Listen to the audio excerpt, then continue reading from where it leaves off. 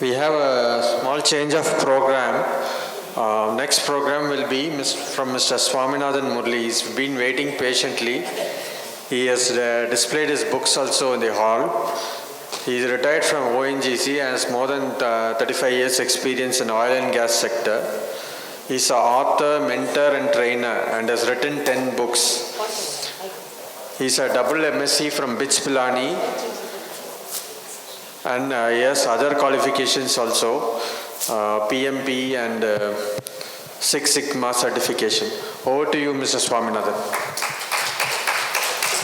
Thank you. Very good evening, one and all of you, and I wholeheartedly thank this IFPA for giving me this golden opportunity to be with you. First of all, hearty congratulations to all the speakers before me, with all those colorful charts, though with most of them went overhead for me as a layman. I'm also an investor, but all my investing is done by my manager. I know a bit of indices, but working out on these details, on these indices and going further is not, frankly, my cup of tea. But even then, I did enjoy all the lectures, gained lot of inputs. Kudos to this wonderful association and all the participants who have been here, applauding, raising questions, and having their hearts full with all these information, data, and analytics. A brief about me, of course, though Mr. Vivek had given you a brief, I'll just... I'm Swaminathaan Muruli. I've done my MSc Honours in Chemistry, MSc Honours in Biosciences. I was a Science Channel Scholar from BITS Pilani. I've done my MBA in Operations Research. I did a bit of research, quit my research after publishing 7 papers and after teaching as an assistant professor at BITS Pilani. And I joined ONGC, the prestigious Maharatna, in 1985. I rose to the height of the general manager out there. Meanwhile, I've handled very high contracts of even around 1,500 crores single-handedly, and it was a mammoth task of a lot of learning. Today, I am here since my retirement. I had been scribbling quite a lot, and I'll just display a few of my books for your information. All this started as a passion. I love scribbling. Hardly a night passes without me scribbling at least 2,000 words a day. Based on small happenings in and around me. I have this, you may call it as a bad habit. My wife yells at me, why don't you switch off the light and go to bed? But I keep on scribbling, and this scribbling gives me a good night's sleep. And some of the books which I published all on my own without spending much. This is the first book which I published called The Interpersonal Undercurrents. Me and you are talking, but what is happening in between us? The degree of frankness which is coming up, is it there? Even within a family, there are many, especially with adolescent kids, this has become a very big problem of coming out openly. So this is one of the books which talks about that. Then today's lecture basically is going to be based on this book. It's called Honing Team Building Skills. Team building skills, anyway, I'll come to that in detail after this brief introduction. One more is on, I scribble a lot of poetry also. Sunrise of the Soul is very close to my heart. I've been scribbling quite a lot of poems, and this is one such books on that. Emotional intelligence is my bailiwick, I can say. A lot of emotional aspects are there in my daily morning's lectures. Daily morning I shoot out what is called as the art of waking up to happiness to all my peers and in medium.com. And this is an outcome. I have published 3 volumes of The Art of Waking Up to Happiness. Next poetry book is on the rhythm of life. This is also on display out there. There's a book on the fundamentals of reality. What is true? Do we see what is truth? This is a bit abstract philosophy, more into quantum physics related aspects, but the deep understanding of what has been mentioned in the Vedas or Upanishads. I've also been trying my hand at one of the Upanishads, Mandukya Upanishad. which will be a part of my next book, which is coming out soon. I have scribbled a poetry book on musings, Wake Up to Happiness, Part 1, Part 2. This book, which has been doing very well, is called The Realms of Astral Planes. It is on display outside. It is completely different. How many of you have seen films like Avatar? Please raise your hands. Yeah, this book is something like a dream fantasy, but it is more of philosophy. The actual happening in one's mind as we go into a deeper layer of meditation. It is called the ethereal layer. I don't know how many of you are aware of the contemplation ethereal layer and things like that. It's highly philosophical, but in a conversational form I have given it so that even a layman can understand the basics of this. I've tried to simplify most of these books into a common man's parlance. This one is another powerful book called The Mind Reality Connection. Do we see what we are actually seeing? You are looking at me, I am looking at you. Are you looking what you intend to see? This is the basic understanding of the complete philosophy. That is analysis. This has nothing to do with somebody asked me during the tea session, are you writing about hypnotism or things like that? And one of the sessions, tea breaks. This has nothing to do with any of those. It is only a purely psychological basis how a mind reacts to a particular given situation and what is its reflection. These are the things which I brought out. I have one more book called Emotional Alchemy, the basic integration of what is happening in our mind and how the endorphins and the other enzymes. Being a bio student, I thought I'll bring in all these knowledge also into this book and try to assimilate and bring out all these phases out here. So this is about emotional alchemy. I have written a few more. My next book is on emotional liberation. And I'm also bringing out one poetry book on whispers of the inner mind. Purely a self-awakening, inner awakening sort of concept. If you are into deep meditation or deep sort of concentration, to know your own true self. These are all simple inner awakenings. One small thing I would like to add is, I'm totally satisfied with all the money I've got from such a huge Maharatna. I have a son and daughter and all are well settled. And what I'm looking for is the royalty which I'm getting from the books.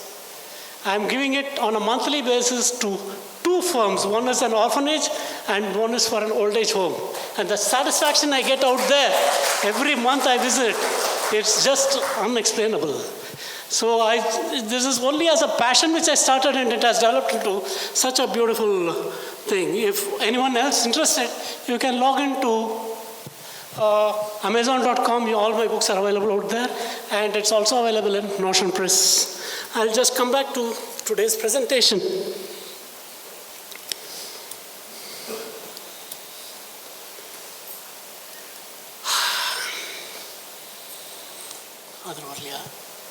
அந்த இன்னொரு piece load பண்ணியதுங்களே வந்துடுது. Sorry, some technical hiccups. 1 minute.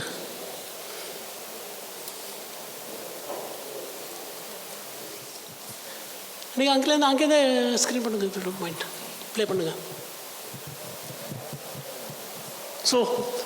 So much has been talked about mutual funds, so much has been talked about fund management, so much has been talked about all these statistical analysis, PE ratios and things. But what all the origin of all these ratios and things, it all comes from the output of a particular industry. It all comes from the output of a particular industry, be it the financial sector, IT sector, pharma sector, whatever is it. So everything has to be managed by a group of leaders, functionaries, workmen, and things. So it is particular, in fact, as you have been seeing the cricket match today, yesterday, and what is going on, it is like a team. And how do we sort of develop this team and hone their skills for perfection or near perfection, I shall say. This is the theme and talk of the day. I am impressed by nature. I am basically a lover of nature like Wordsworth or many other poets. To start with, I'll just start a quote from W.S. Davies' Leisure. I don't know how many of you have read this poem. This is one of my favorite poems. What is this life? Full of care. I have no time to stand and stare. No time to stand beneath the boughs and stare as long as sheep are cows. No time to see when woods we pass, where squirrels hide their nuts under the grass. And so on. It goes on. It's a very lengthy poem and I know it by heart. But I stop it here. What am I trying to drive at is we all are deprived of time. We feel 24/7 is not sufficient. But then one point which arises, how some people who are having the same 24/7 are so effective and manage and come out so successfully in their lives while others are facing difficulty. Is something wrong with us or is something right with them? What is missing? Basically, I feel the people who are very successful keep their eyes and ears open. Eyes and ears literally open in every sense. And that's what I'm going to talk about today.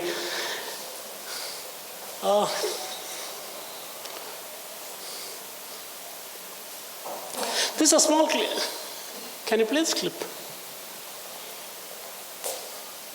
Yes.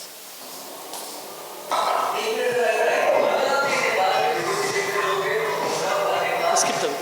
It's a breathtaking sight.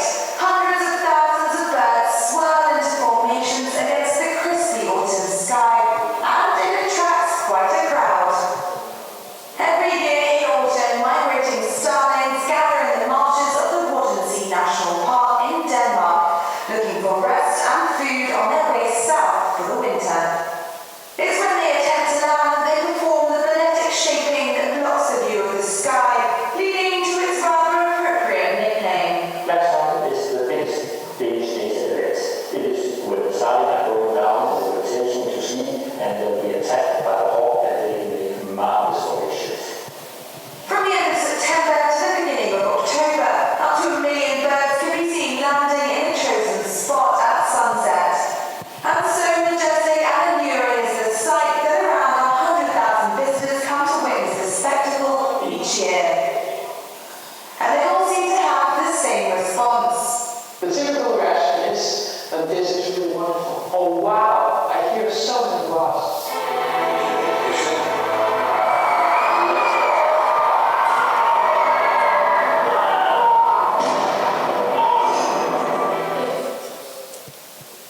Go to the next slide. Because after this clip, it's not coming to the next slide. Yeah. So, what was this clip for? Anyone who has understood what is there in the clip? What do you perceive? What did you see? Just a guess. Why did I show this clip? Teamwork, very good. But what sort of teamwork was this? Yeah? Synchronized teamwork. Fine. Today I'm going to talk about these migratory birds and how they help in team building. So, building a high-performing team is just not a joke. It just not comes overnight. Rome was not built overnight. So, a team cannot be built overnight. So, this is what is a high-building, performing team which we are looking for. So, today's session mainly, I have written one book on honing team building skills, mainly from migratory birds. This book details not any of the management by objective fundamentals which you have read in any managerial parlance, but gives what we can learn from different parts of nature. So I'll draw an analogy with what is the management by objectives and how we can draw influence from all these migratory birds. Notice how the geese fly. They all fly in a V formation. Isn't it? Have you all noticed it in the evening's twilight sky?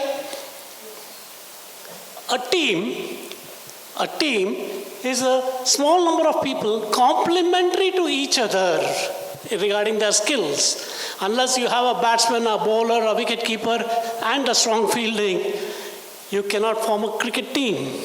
So what is the synchronized part of the complementary work? That is what causes synergy, or the synergy effect of, you all must have heard about 2 plus 2 equal to 5, and must be laughing at this concept. But then, when two such things add together, the skills and the performance reach to such a pinnacle. So this is what is one of the aspects out there. The skills who are committed, the team who are committed to a common performance approach for which they hold themselves accountable. Then this is again the usual concept of your team. Essential teams, they have a mutual goals. This you must have read in any of your management books. They have independent working relationships. I am working alone, you are working alone, but we are working for a common goal. But if our work is not in sync, then the common goal is lost. For example, there is a shaper, a planer, and a smithy person who club together, and unless they work in tandem, the finished product will not have the required gloss in a machine shop. So this is how is the interdependent working. And of course, individuals have to give the fullest commitment in all this. Now, one small thing which is responsible out here is mutually accountable. While during working in a lathe machine, if one of the bit breaks, he has to hold responsibility for being failure in that particular part. How many of you as team leaders are ready to own responsibility for any mistake of the team or the individual? This is lacking in most of the teams. Good. This is lacking in most of the teams. For example, in the morning while going to the office, someone trips a glass of water and somebody else falls down. Now the blame game goes on in a vicious cycle in the loss of time, and who has done that and what has happened and all this and things like that. But if someone owns the responsibility that I have done that, it will cause avoidance of all the stress. So this sort of a relationship of mutual accountability is very, very essential as far as team building is concerned. The need for teams, I have tried to explain earlier, is the synergy. The synergy effect, that is 2 plus 2 equal to 5, two of you can do better. The facilitation of enhanced real-time problem solving, that is on the spot you can solve instead of passing on the buck to one another. And then you have to facilitate change. Nothing is permanent in this world except change. The only thing that is permanent is change. So how dynamic are we adapting to this change? How dynamic are we adapting to this huge relationship with the environment and the working condition? These are the aspects which are the need for the hour. Then I'll simply bring out all the salient points and then come to side by side with the parlance of the geese and how it is syncing with our relationship. Use a team approach. People work in relative isolation. When people work in relative isolation, you require a team approach. When the job is very complex, you share the workload among yourself. This is common in IT professionals. Someone is looking after different pockets of software development. And the decision needs to be collective. In common meetings, in our regular brainstorming sessions in the office or decorum, lot of information flows out. But how to zero in on what we want is the need for the hour, and analyzing the pros and cons of every aspect throws light on this. Hence the consensus is very important out here.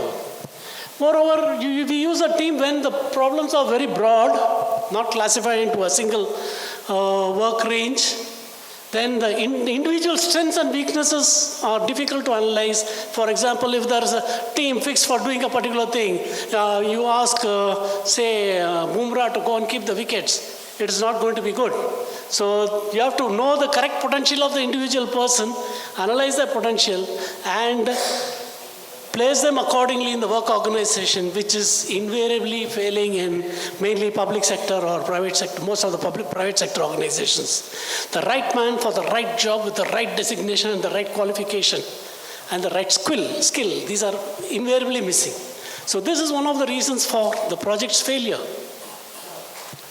The important aspect is, one important part which I missed out is the triangular part, which is very common parlance in every management book, you will find this. This is about the skills, the accountability, and the commitment. I'll give you a very, very small example.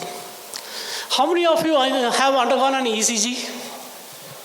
An ECG test, electrocardiogram test? Yes, quite a few.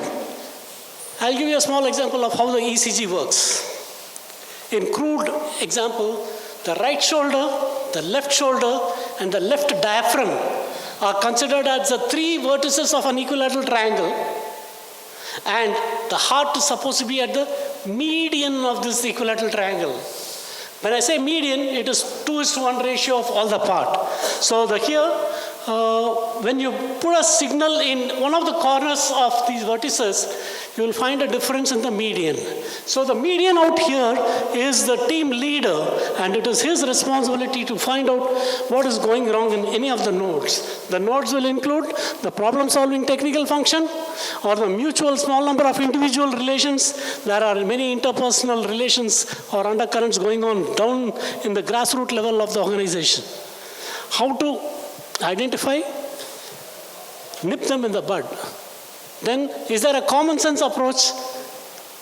That is also to be analyzed. Then we have a performance curve. This is also from any managerial books. The performance curve is a potential team, a real team, and a high-performing team. A potential team is just like our Indian team. We have Indian cricket team. We have around 20 different players selected in the initial round. A real team, they select 12 according to each pitch.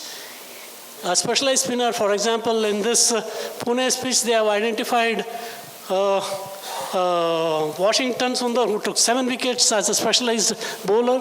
So this is the role of the team captain or the coach to find out who fits in where.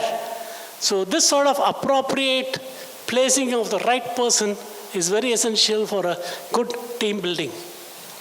Then for potential real times, I'll just skip these 1 or 2 slides.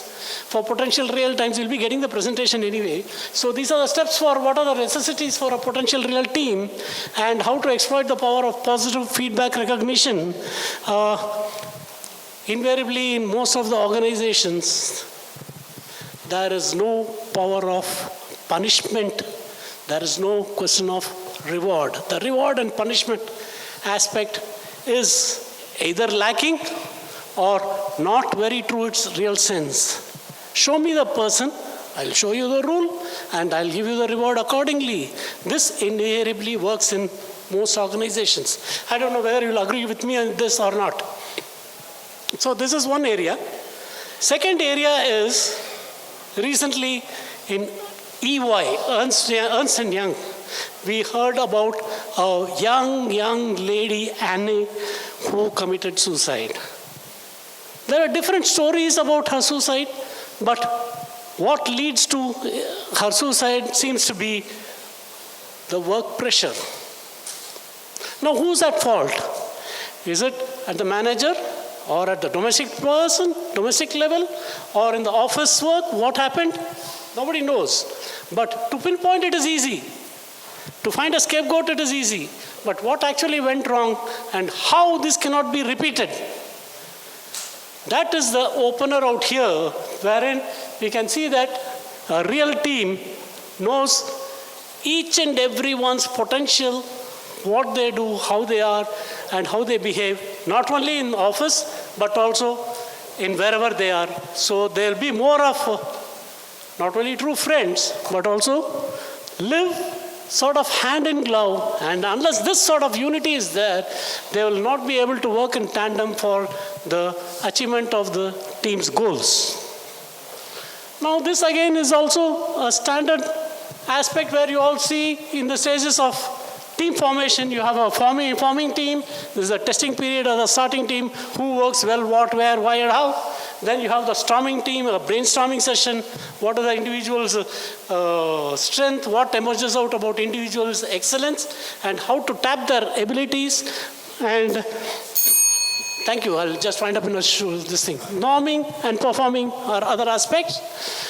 Now, there is a belief that people are one of the biggest investments, we all know that, and how we tame the people and how we treat other people as you would like to be treated, that is the moral of the story. And this is a famous Belbin's team rule. I don't know how many of you have heard about this.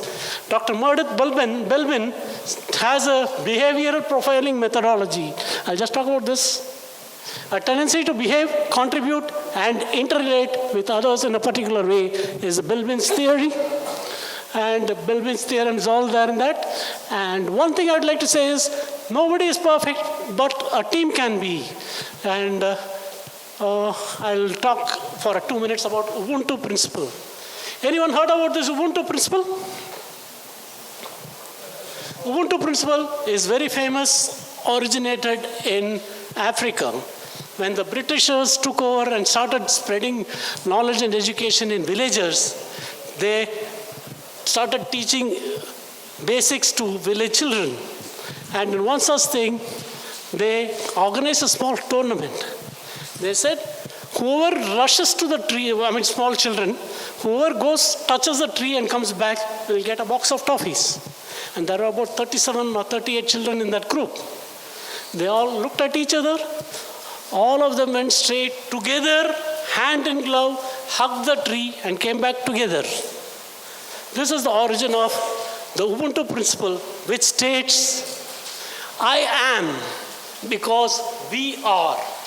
So unless this concept, if it is made clear, the leader is there because we all are together with him. This sort of a ownership potential will certainly bring more laurels to the organization. And there are certain 10 commandments for teamwork.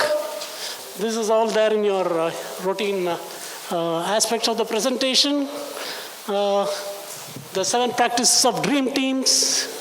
Commit to a clear mission, mutual support, clearly defined ideas, a win-win cooperation, individual competency, everything which I've already mentioned in brief. A successful team is thus has a purpose, an empowerment, a relation and communication, a flexibility, an optimal performance, recognition, and a morale to commit it as in the form of a acronym. Let's learn from Mother Nature, which is the crux of nature. Genuine geezers are unique as a team. They behave as a cohesive unit, and they fly in a V shape. The aerodynamics of the V shape ensure that the other geese which follow do not have to strain much because of the air draft which follows down towards them, helps them save energy. 2 more points about this. Geese also make a lot of noise, honking like cheerleaders in cricket. They make a lot of noise accompanying the movement, and this noise invariably comes from the last person in the V. And this honking is a significance of the unique vocal support from the bottom line in an organization. This is again a winning team perks. We have talked about, I presume you all know about this Johari window, which is a purely management by objective principle. The guidelines for giving feedback. Feedback is one thing which is missing in most of the organizations' performance appraisal. So they simply, naam ke vaste fill up the performance appraisal and randomly they are evaluated based on individuals, not actually the performance and how they are close to them and things like that. So again, people who share common direction and sense of community can get when they are more quickly. The thrust is there. If we have as much sense as a geese, we stay in formation with the head, with those headed, and we want to go. We are willing to accept their help. And yes, a few more minutes. It pays to take turns during this hard task of flying, the honking. If we have as much sense as geese, we will stand by each other in difficult times as well as we are strong.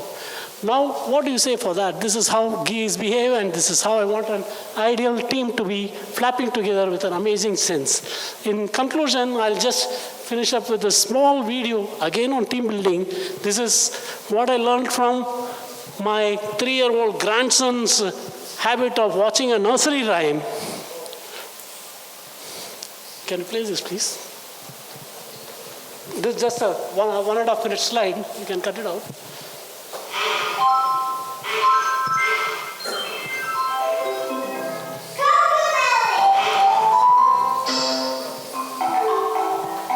This is about the ant and the grasshopper.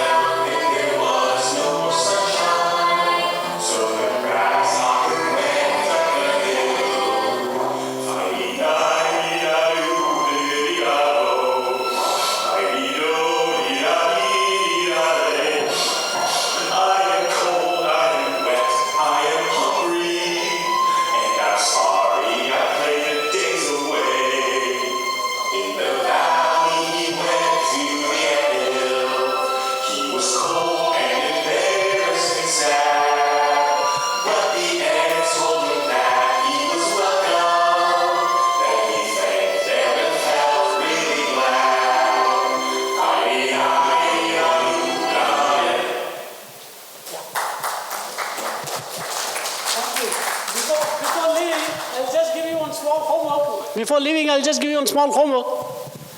These are 9 dots.